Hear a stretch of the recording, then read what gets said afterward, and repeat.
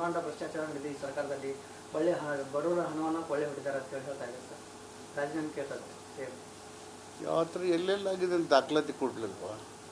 ದಾಖಲಾತಿ ಕೊಟ್ಟು ತನಿಖೆ ಏಜೆನ್ಸಿ ಇದ್ದಾವೆ, ಅವ್ರು ಕೊಡಬೇಕಲ್ಲ, ಕೊಡಲಿ. ಅಲ್ಲಿಗೆ ಸುಮ್ಮನೆ ಅಲ್ಲಿ ನಡೀತದೆ ಬಾಯಿಗೆ ಬಂದಾಗ ಮಾತಾಡಿದ್ರೆ ಭ್ರಷ್ಟಾಚಾರ ನಡೆದಿಲ್ಲ ಅಂತ. ಭ್ರಷ್ಟಾಚಾರ ನಡೆದಿಲ್ಲ ಇರಬೇಕಲ್ಲಪ್ಪ, ಏನಾದರೂ ದಾಖಲಾತಿ ಇರ್ಬೇಕು. ಇದೆಯಾ ನಿಮ್ಮ ಹತ್ರ? ಇದೆಯಾ ನಿಮ್ಮ ಹತ್ರ?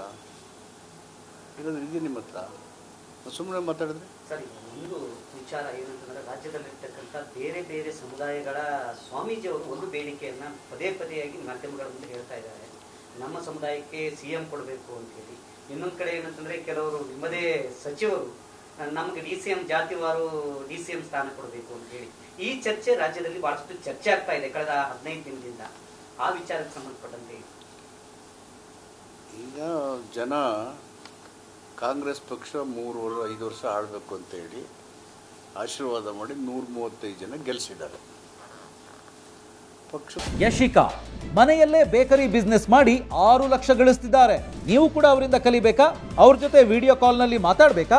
ಈಗಲೇ ಫ್ರೀಡಮ್ ಆ್ಯಪ್ ಡೌನ್ಲೋಡ್ ಮಾಡಿ.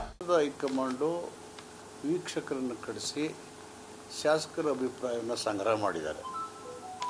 ಶಾಸಕರ ಅಭಿಪ್ರಾಯ ಸಂಗ್ರಹ ಮಾಡಿ ಶಾಸಕಾಂಗದ ಪಕ್ಷದ ನಾಯಕರಾಗಿ ಸಿದ್ದರಾಮಯ್ಯನವರು ಹೆಚ್ಚು ಶಾಸಕರ ಬೆಂಬಲದಿಂದ ನಾಯಕರಾಗಿ ಆಯ್ಕೆಯಾಗಿದ್ದಾರೆ.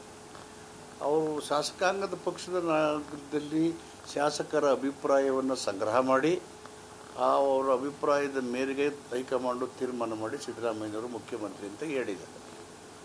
ಅದು ಮುಖ್ಯಮಂತ್ರಿ ಆದಮೇಲೆ ಈಗ ಮುಖ್ಯಮಂತ್ರಿ ಹುದ್ದೆ ಖಾಲಿ ಇಲ್ವಲ್ಲ.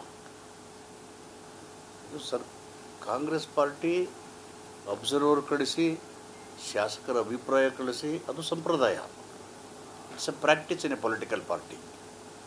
ಅದನ್ನು ಮಾಡಿ ಅವರು ಅಭಿಪ್ರಾಯನ ಸಂಗ್ರಹ ಮಾಡಿ ಯಾವ ಶಾಸಕರು ಏನು ಅಭಿಪ್ರಾಯ ಹೇಳಿದ್ದಾರೆ ಅಂತ ಇಂಡಿವಿಜುವಲಾಗಿ ಕೇಳಿದ್ದಾರೆ. ನಮ್ಮನ್ನೆಲ್ಲ ಒಂದು ಚೀಟಿಲಿ ಬರ್ಸ್ಕೊಂಡಿದ್ದಾರೆ ಎಲ್ಲ 135 ಶಾಸಕರು.